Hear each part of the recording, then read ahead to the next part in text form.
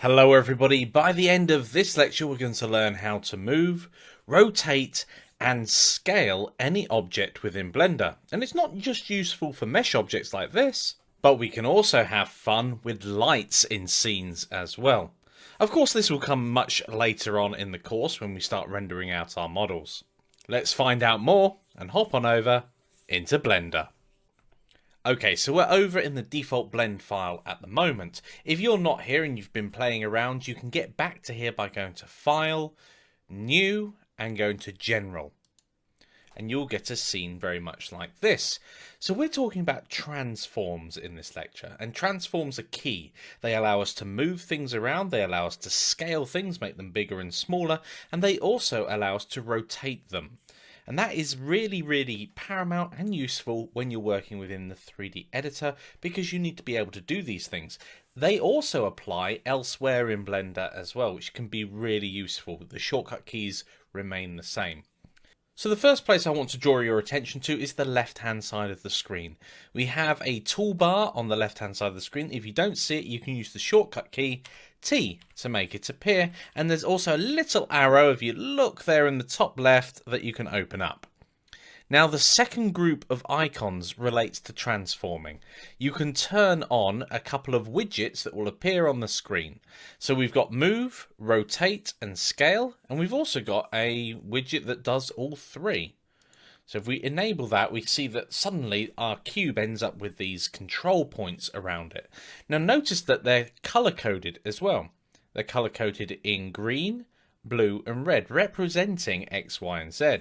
Y being the green, X being the red and Z being the blue. And we can confirm that as well. In the top right, we've got those colors and letters as well.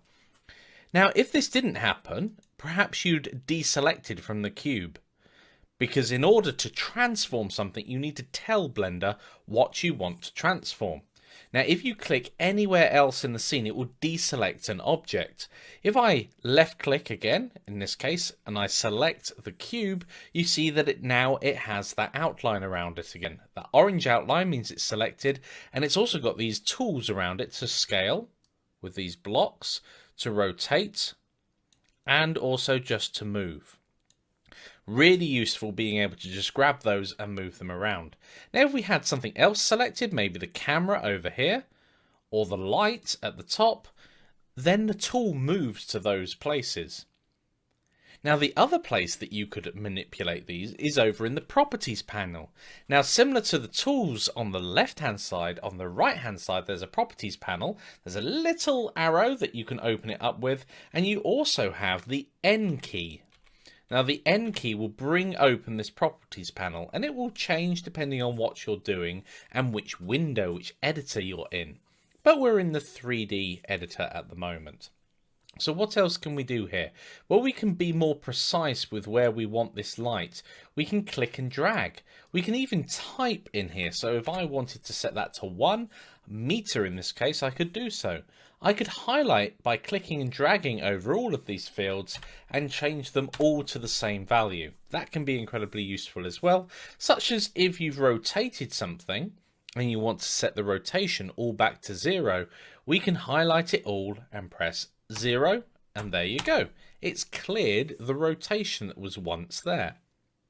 There is another way that we can do it, and that's already, we can see that in the right hand side, the far right hand side, we have the object properties. So we've got the properties of the 3D window, and we can close that down, but we also have the object properties. I'm going to make this area here wider by moving my cursor between these windows till I get that double-headed arrow, and I can make this wider as I want, or much more narrow. About there is going to be fine for the moment. And here is the properties panel. This is here by default. If we hover over this little icon at the very top of this window, we can see that the editor type is properties. In fact, these exist all over the place within Blender. If we go to this one at the top here, we've got outliner. If we go over to the far left, we've got a 3D viewport. That's the main one we're working in. And at the very bottom, we have one called the timeline. And these can be changed out and manipulated. We'll learn about that more later on. But we can also set the object properties, the object's transform properties, and it's neatly under the transform drop down. So we've played with these and we can click and drag and move around, and that's great. We can set things up. But how does this really help us? Well, what we can do is we can start putting things together and rotating them and moving them around. But for the moment, what I'd like you to do is get the hang of doing this.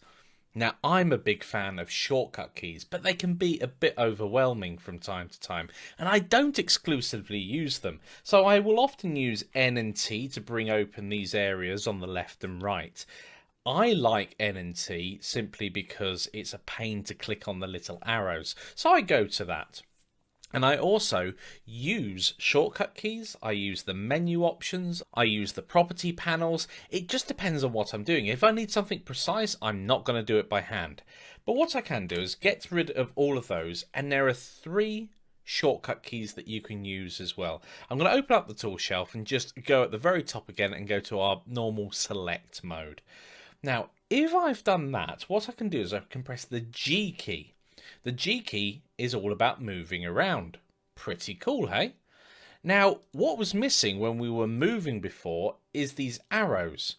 That's very useful to be able to move something on the X, Y, or Z axis. So how do we manage that? Well, what we can very easily do, let's make that gizmo disappear again. If I press G to move it, then I can simply press the letter in the direction I want to lock the movement.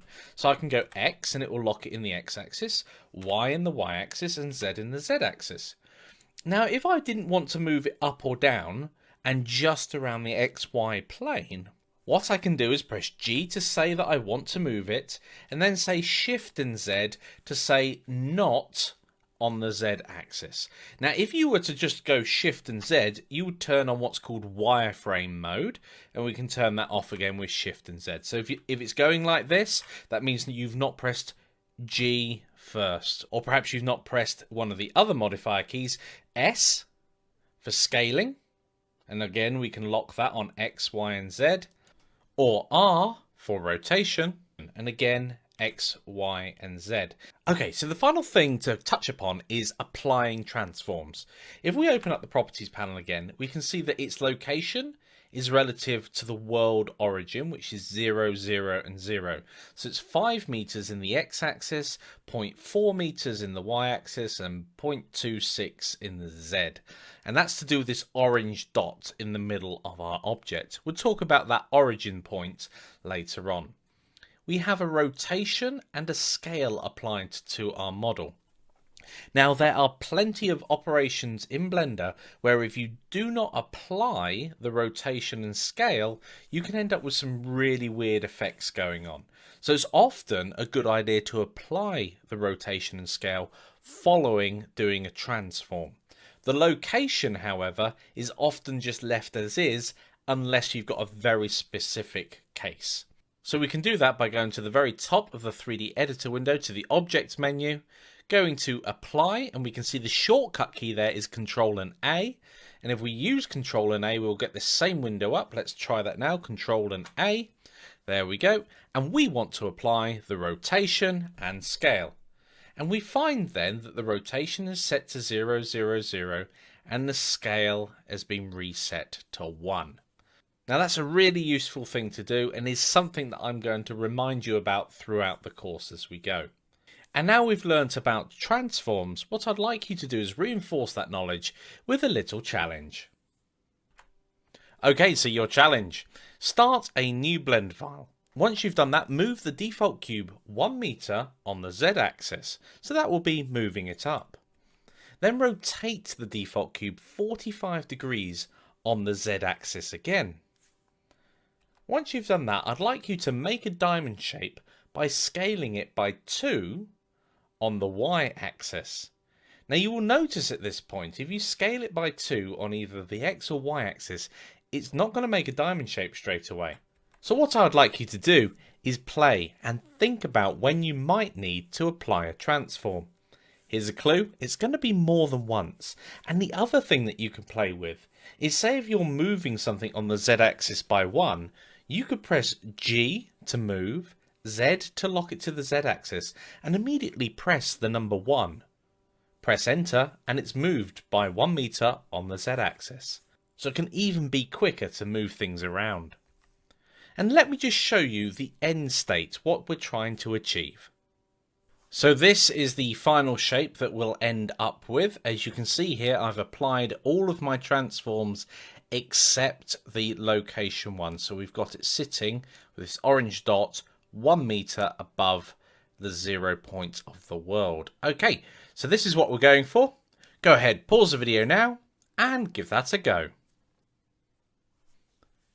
Okay everybody, welcome back. So I'm going to start off by starting a brand new scene. So new, general. Okay, so we've got our default scene in front of us. I'm going to press G to move it, Z to lock it to the Z axis, and I'm going to press the number 1. And that's lifted it up 1 meter, and we can confirm that over in the properties panel here. We can see that it has been shifted on the Z axis by 1 meter, and we can also open up the 3D editor properties window and see exactly the same information. I'm going to leave this open. I'm going to rotate it by 45 degrees on the Z axis. I'm then going to scale it on the X axis. Now this is where it starts getting a bit weird. So if we scale it in the 3D window itself and on just locking it to the X axis, we get it scaling like this. Well, that's pretty cool. It's making a flatter square of the height 1 meter. Okay. Or sorry, 2 meters. It'll be 2 meters high. Okay. That's not what we want. We can see here it's scaled on the X and Y axis. Okay, so if I set that back to 1, okay, so we can set these independently. Now you might think, oh, okay, is that because I didn't apply the rotation that we have there? Well, let's try it. Let's see what happens. And this is what I want to encourage you to do, is to play in Blender. What happens if I apply the rotation first and then try and scale it on the X-axis? Oh, that looks completely different. And if I scale on the X-axis here, it does the same thing. So because the rotation wasn't applied, it was doing something completely different in the 3D viewport. But as soon as that rotation was applied, then it starts behaving differently again. Pretty cool, hey?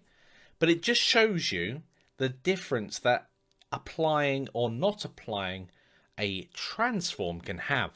And that's just at this stage. Later on, it can really impact your work and even destroy your models if you don't get that right. So it is worthwhile right from the very beginning, even at this stage, applying those transforms. So now I've just scaled it. I'm going to scale it and make that diamond.